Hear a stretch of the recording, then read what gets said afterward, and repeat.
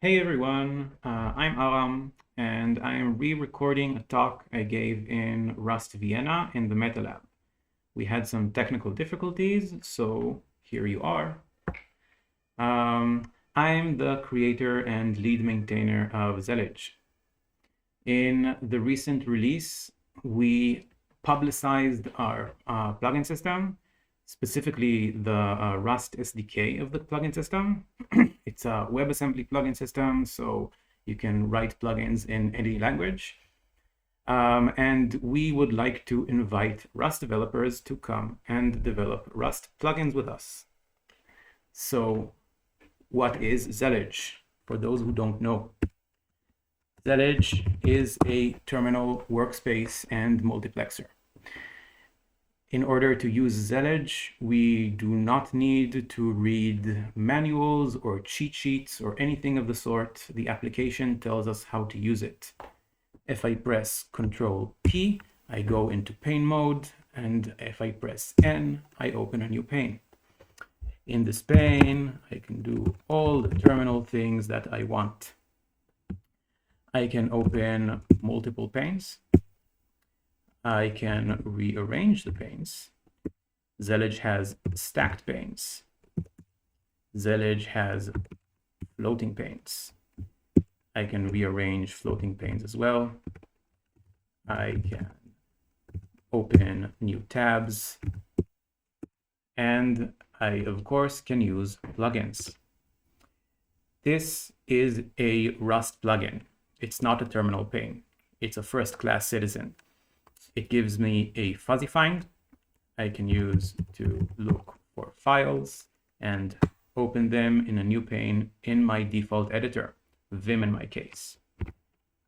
I can even look for contents of files, and they will be open. Let's open this one in another floating pane, also in my default editor toward the correct line.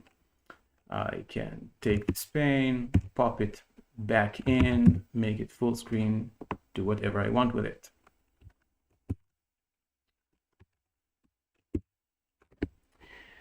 Before we talk about developing plugins and the Rust SDK and all of that, I want to start with the basics and talk a little bit about what the terminal is, and in a technical way, its different aspects.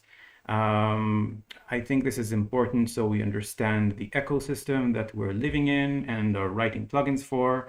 And of course, if this is basic for you, please do skip ahead. A terminal essentially is divided into the terminal emulator, which is a graphical application in charge of arranging text and sometimes images on screen, managing stdin, and such. Examples are Alacrity, Gnome Terminal, iTerm2 if you're on a Mac, Windows Terminal. And the terminal emulator most of the time opens the shell. A shell is an interface to the operating system. It's a separate application. It gives us file system access, process creation and management, some limited scripting capabilities, and examples here are Bash, Zash, or my favorite shell, Fish. The two of these communicate between each other with an operating system entity known as the PTY. The PTY stands for pseudo teletype, and it abstracts our stdin, stdout, tracks the different process IDs of the shell on the one side, its secondary side, and the terminal emulator on the other side, its primary side. This is sometimes called the controlling terminal. It tracks certain state, such as rows, columns. It is in charge of line discipline. For example, not all applications have to implement like backspace to delete and moving the cursor and such. The two entities, the terminal emulator and the shell, communicate between each other in something that is called ANSI escape codes. This is a patchwork protocol that was created many, many years ago, around the 70s or 80s, if I'm not mistaken. And this protocol is in charge of saying things like place this text here, change it to blue, bold, underline, move the cursor, etc. I want to take a brief look at this protocol with an example, like an illustration. Here on the left, we have all like a blob of ANSI VT. This is what we get when we open a terminal with a PTY and the default shell on our machine. On my machine, it is fish, and this is the like instructions that it sends to create the initial prompt on the terminal. Let's take a look. At first, we change the char set to make sure we're talking ASCII. We reset all styles, move to the beginning of the line, clear the line after us in case something was there before, and print text. After we print the text, we move to the next line, we change the terminal title. This is like the title of the window in our operating system.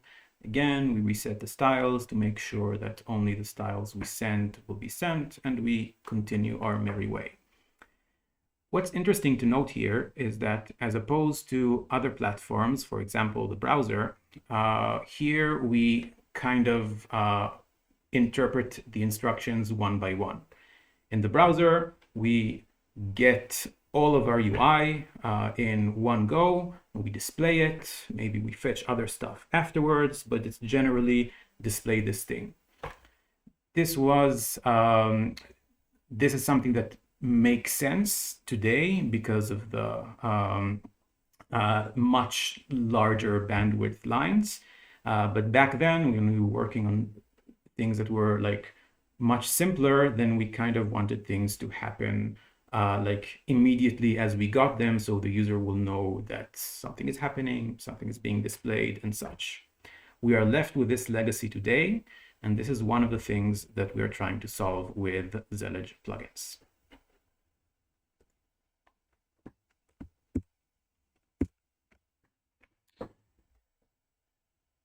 After we talked about what a terminal emulator is, let's talk about what a terminal multiplexer such as Zellij is.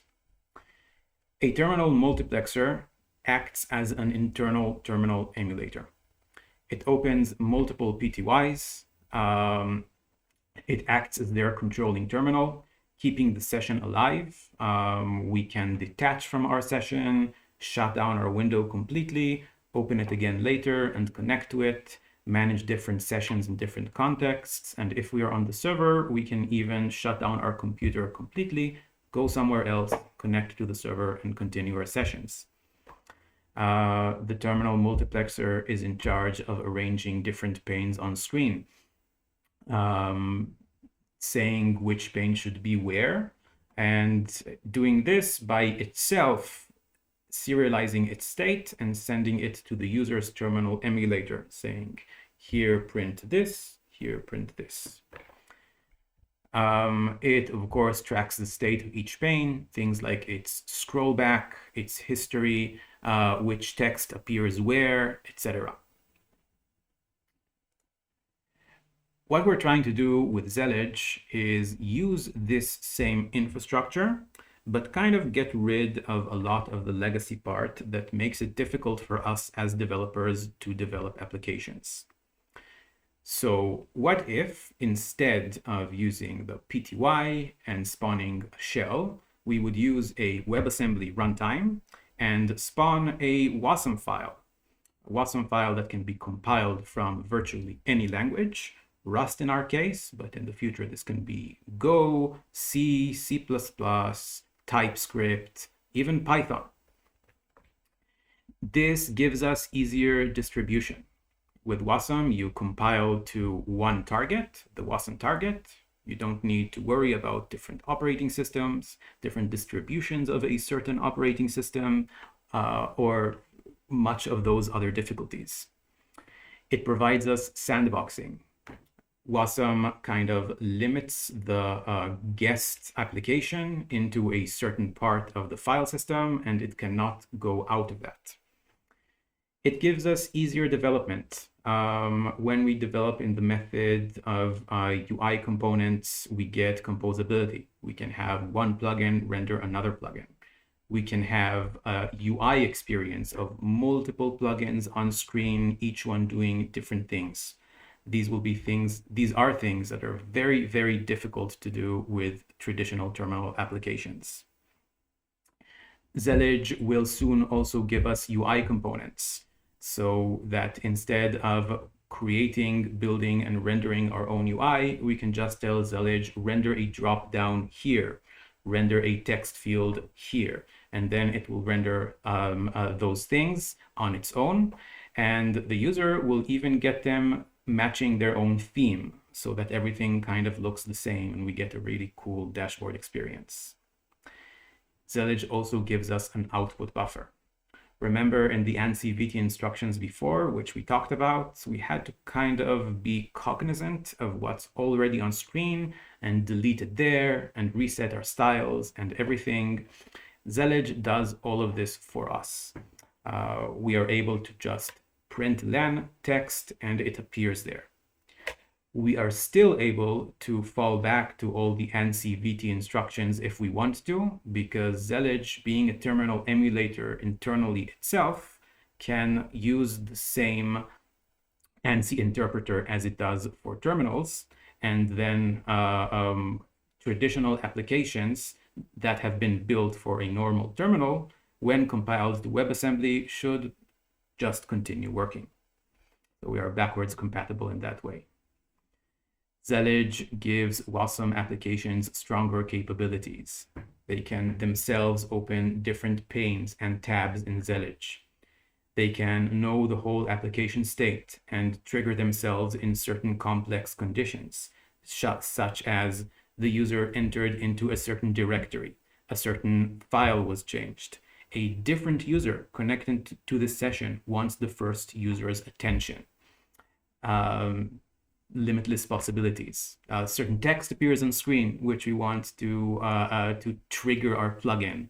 Like if we have a file name appearing on screen, maybe we want our plugin to have a small window appearing near it with a preview of this file, so that we can press it if we want and open a new pane.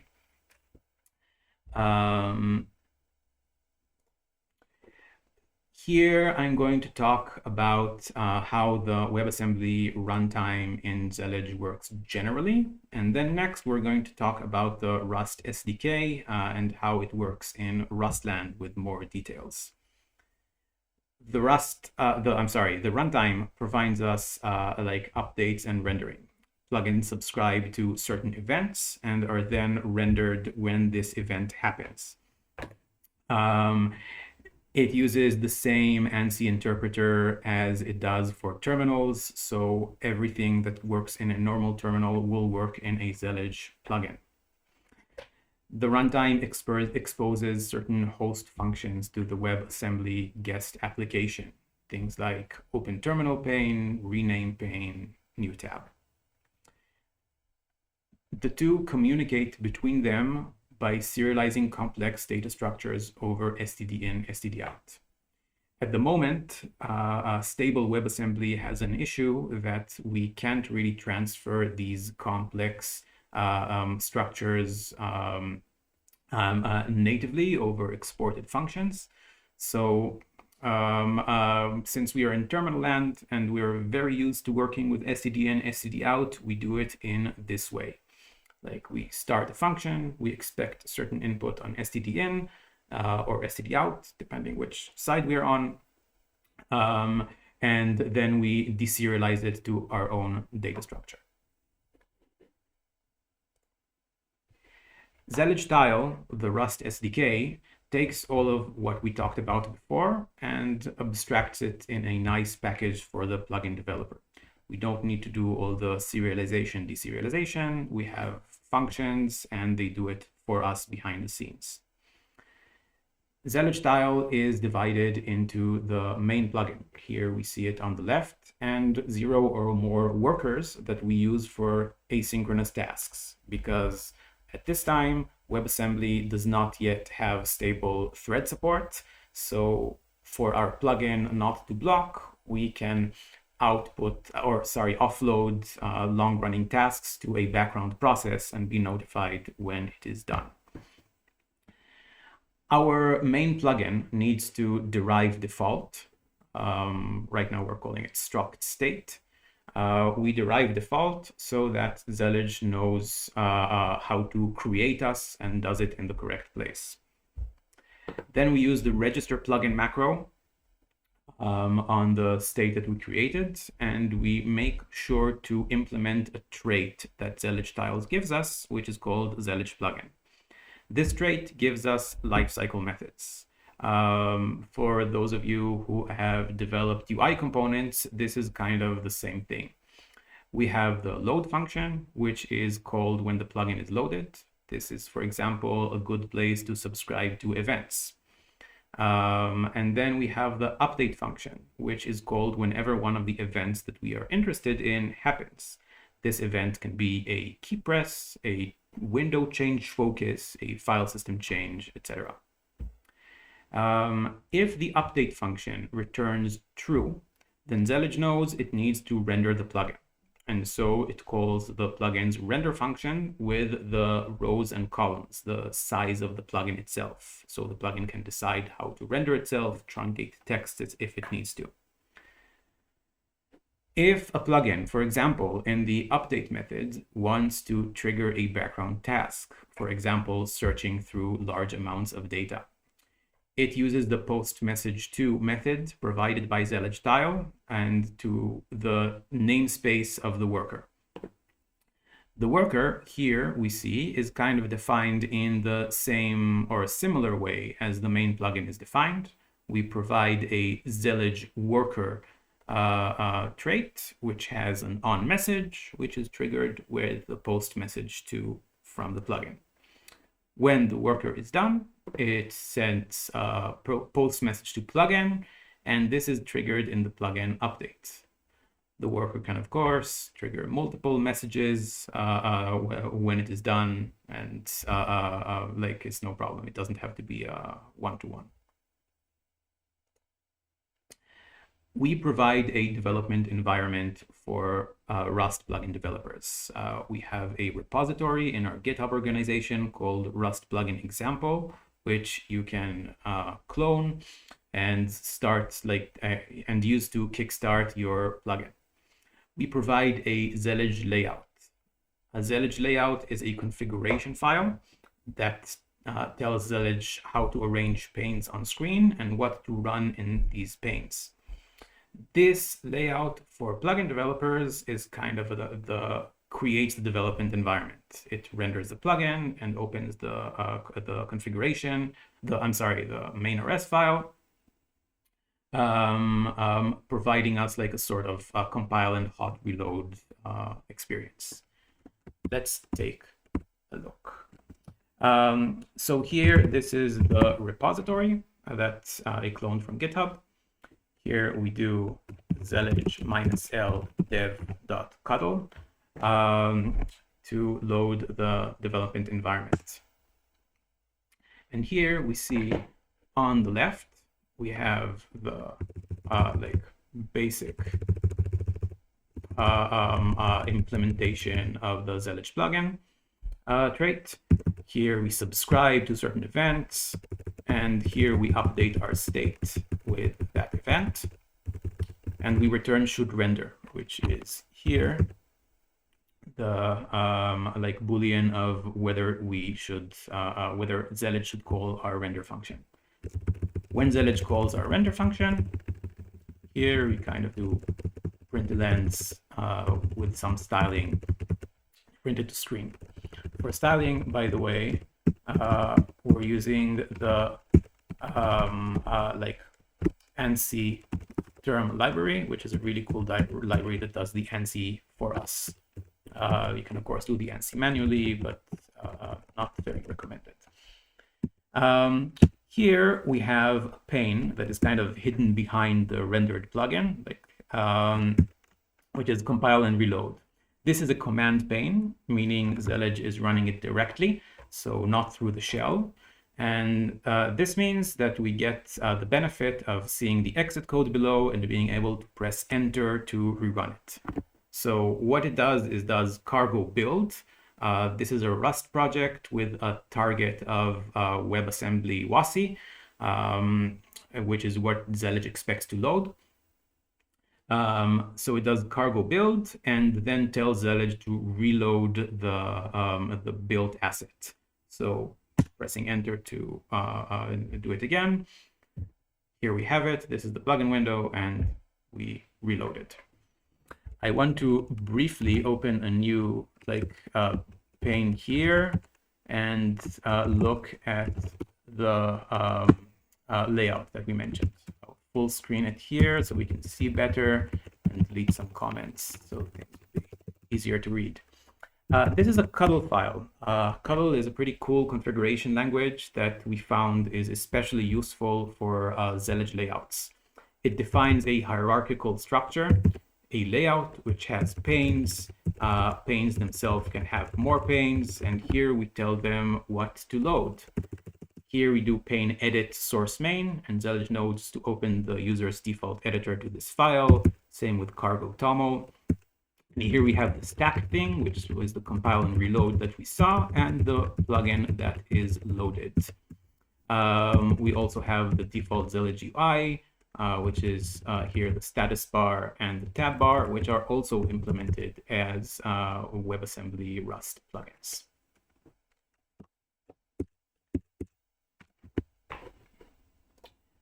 I now want to look at a couple of plugin examples so that we can kind of get an idea what we can do. The first example is the one that we saw at the beginning of this talk. It's a plugin that's called Monocle. Monocle is a fuzzy finder that, as we saw, can open the search results in new panes in the user's default editor, and can even, if the editor supports it, which most do, open the file to the specific line of the search results. It uses the skim crate for fuzzy finding. Skim, if you don't know it, is kind of the Rust FSF.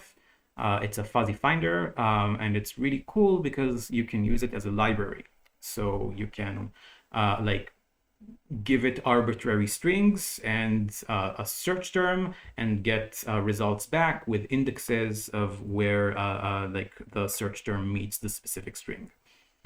Monocle uses background workers, 2 of them, one for the file search and one for the file content search.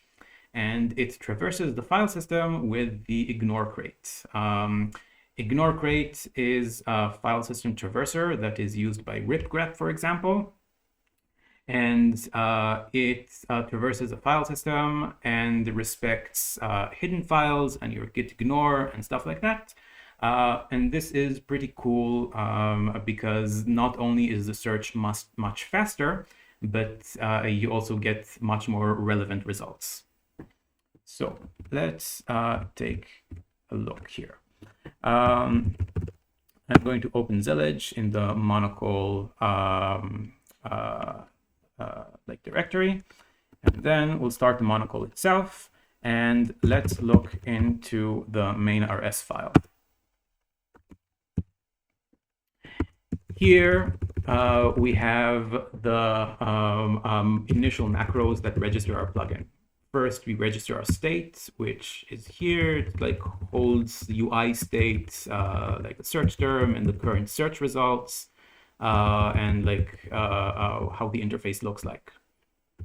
Then we register both workers, the file name worker and the file contents worker. The first argument that we pass is the struct itself that we have in a different file. The second argument is the name of the worker's exported function on the WebAssembly level. This is important for stuff like namespace, because Zellij looks for exported WebAssembly functions. It looks for one that is named _worker, and then it knows that it's a worker and that everything coming before the _worker suffix is the namespace of the worker. So file name search in this case. The third argument, file name worker in like a screaming snake case here, is the static variable in which the worker state will be held. Zellij does this with some thread local magic, making sure to instantiate the worker on the same thread every time. And then to keep its state there, so that between invocations, the worker can save search results, for example, or cached hard drive scan, etc. Let's look a bit at the lifecycle methods of this plugin. Here, on load, here, when we start the plugin, we have we set ourselves to loading and we subscribe to events that we're interested in, key press, mouse, custom message, which is the response that we are going to get from workers, timer in order to register a kind of loading animation, and file system updates. Then we post a message to both workers telling them start scanning the hard drive, and we set timeout. This is another method that we get from Zellij tile to be woken up with the timer event in half a second, or as mentioned here, displaying the loading animation. The update method, for example, if we get a timer and we are loading, then we progress the animation and set the timer again. Custom message from workers, we update our state with the search results if we have them. And if the worker is done scanning, then we set our loading to false. These messages, by the way, the custom messages we'll see we use with sturdy JSON in order to deserialize them. This is a decision I made as the plugin author, but messages between plugin and workers are plain strings. So you can, as the plugin author, do your own serialization and deserialization. We do not interfere with that. You can do whatever you want.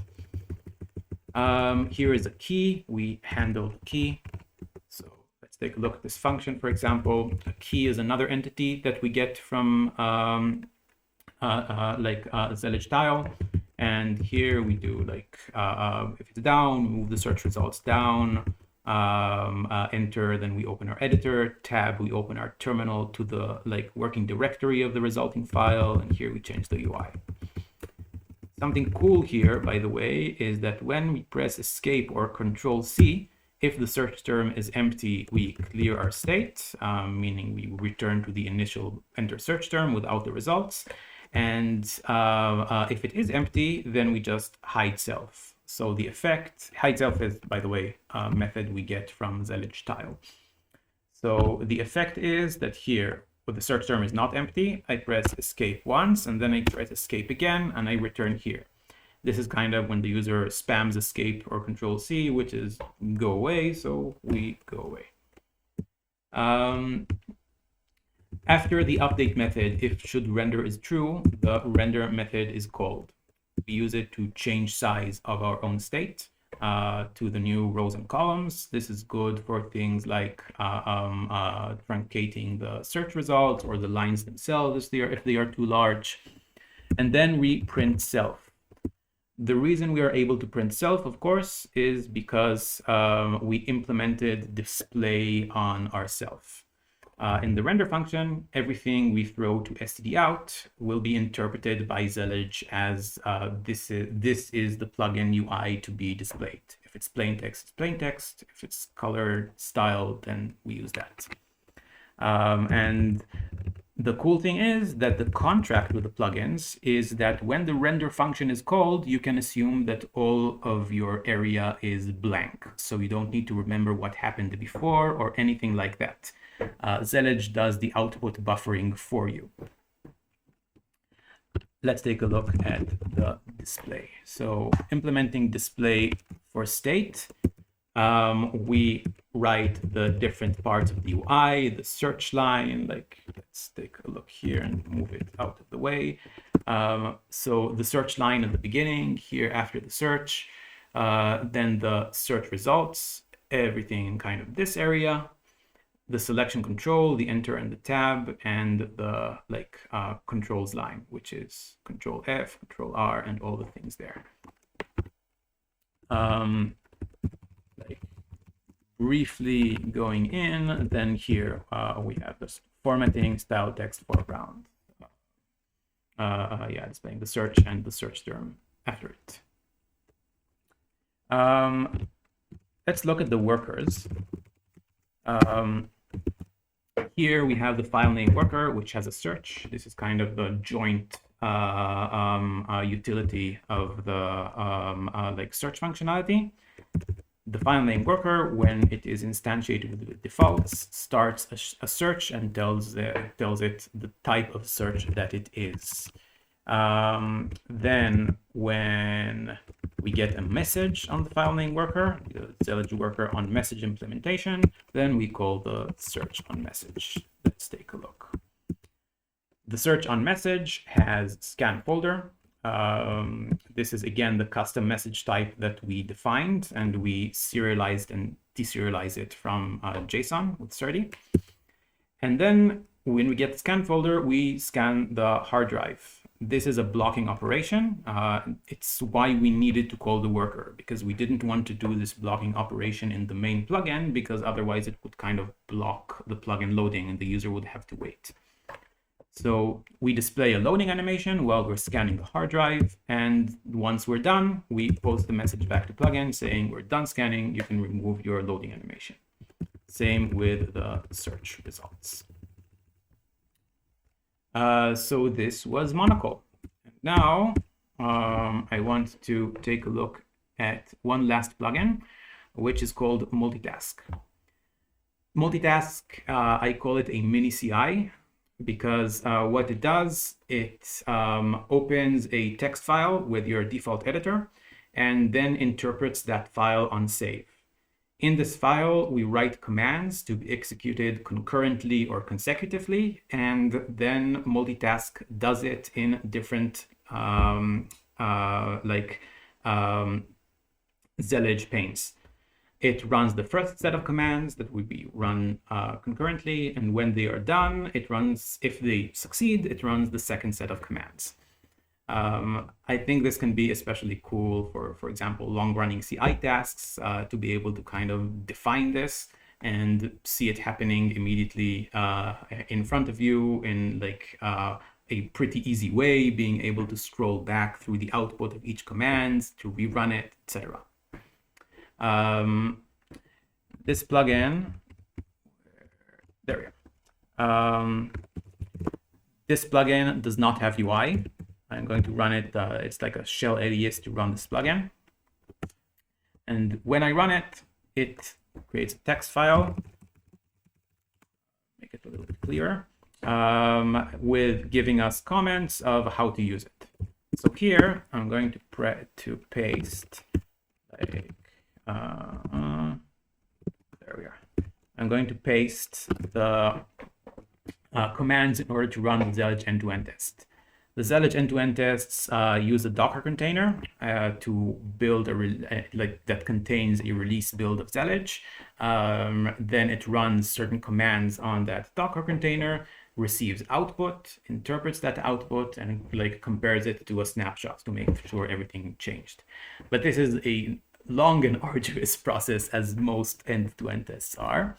So here, before we start everything, we run these three commands, which are our integration tests concurrently, like testing each one of the crates in the Zellij monorepo. And then here we have a line of space separating the two steps, telling us to wait. And if these commands succeeded, then we run the next commands. The next command is clear the Docker environment, run the release build for Zellij, build the Docker environment if these two succeeded, and run the end-to-end tests. So on save, this file will like start the process. This plugin, I'm sorry, will start the process on the save of this file. So let's see how it looks. Here we're running the 3 tests of each one of the crates of the file. Here it's kind of, I guess, probably Rust C blocking each other, blocking itself, so we don't get like concurrent compilations happening at the same time. And once this is done, then like we'll see the test running. And when they are finished, then when all 3 of them are finished, then all of these panes will kind of go into the background. We'll be able to page through them, see their output, rerun them separately. And once this happens, then yeah, the new step will happen and the like. Yeah, here we have on the bottom Zellij server like finished first, and it's doing the building and running the tests, but no need to wait for them. We know what's going to happen, and you can check out this plugin manually if you wish. Since no one is in the room with me at the moment, then there are no questions to ask, but I would invite you to come to our Discord. I'll put myself on the side here. There we go. To come to our Discord or our Matrix and ask any questions you have there. There, you can ask me if you want to. You can also follow us on Mastodon and Twitter. Yeah, otherwise, I hope you check out Zellij. There are links here. We have extensive plugin documentation, both for the plugin system in general and for Rust plugins. And there are some nice screencasts and tutorials, which are ways of learning like kind of what you can do with Zellij and how it can help you. One I would especially recommend is using layouts for personal automation. Thank you very much. I hope you enjoyed the talk, and I hope to see you around.